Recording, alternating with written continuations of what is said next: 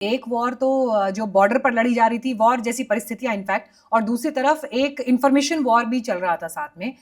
क्या आपको सर लगता है कि हम किसी लेवल पर चूके हैं और पाकिस्तान उस प्रोपेगेंडा के मामले में हमसे आगे निकला है, कंसिडरिंग इंटरनेशनल मीडिया का इस पूरे इशू पर जिस तरह का रिस्पॉन्स रहा, डोनाल्ड ट्रंप के जो स्टेटमेंट्स आए उन्होंने एक बार दो बार नहीं किया, वो back to back same point of view के साथ बात कर रहे हैं कि मैंने भारत को समझाया। और सबसे हैरानी की बात यह है कि भारत और पाकिस्तान के बारे में जब वो बात कर रहे हैं, वो दोनों को एक ही तराजू में रख के बात कर रहे हैं।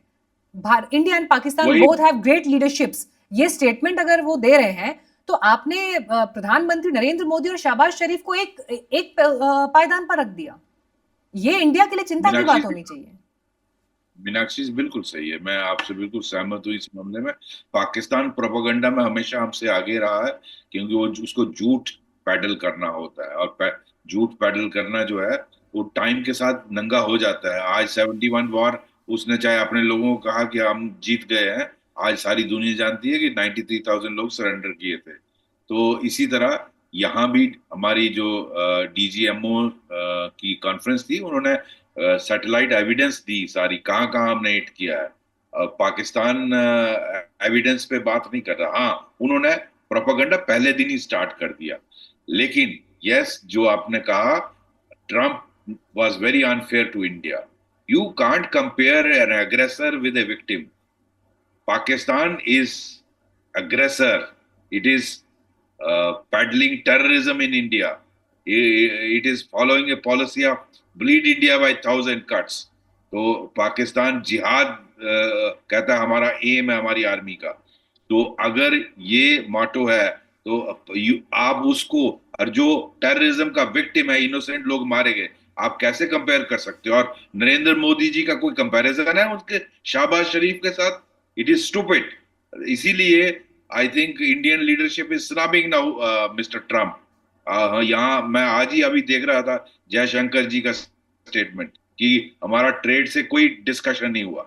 ये जो कह रहे हैं कि ट्रेड, मैंने कहा, ट्रम्प जो कह रहे हैं कि हमने कहा ट्रेड करिए, वो ठीक है, आप सर ट्रेड लेकिन करिए डू यू बिलीव कि पाकिस्तान। भारत की तरफ से जो रिस्पॉन्स है वो बहुत सॉफ्ट है?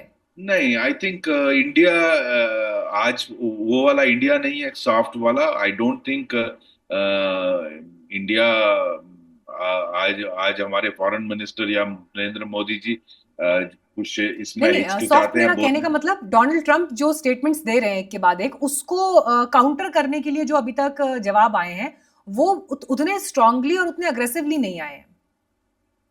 इनफैक्ट पहले नहीं दिन भी नहीं आए, कम से कम 2 या 3 दिन बीतने के बाद हमारी तरफ से जवाब गया। लेकिन मैं आज देख रहा था, doctor S Jaishankar has made it very clear. He said एक तो थर्ड पार्टी मीडिएशन का कोई सवाल ही नहीं है। बात और होगी आपको लगता है तो ट्रंप टेररिज्म रुकेंगे पे इसके होगी। बाद भी? बिल्कुल रुकेंगे, आप देखिए आने वाले में। I don't think it is India of 1990s। Today's India will not listen. It is emerging super power and America cannot mess with us. It needs hmm. India for countering China. Hmm. खैर, South Asia में भारत की जो भूमिका है और जिस leadership role में भारत है और हो सकता है, उसकी संभावनाओं से अमेरिका वाकिफ ना हो, ऐसा हो नहीं सकता।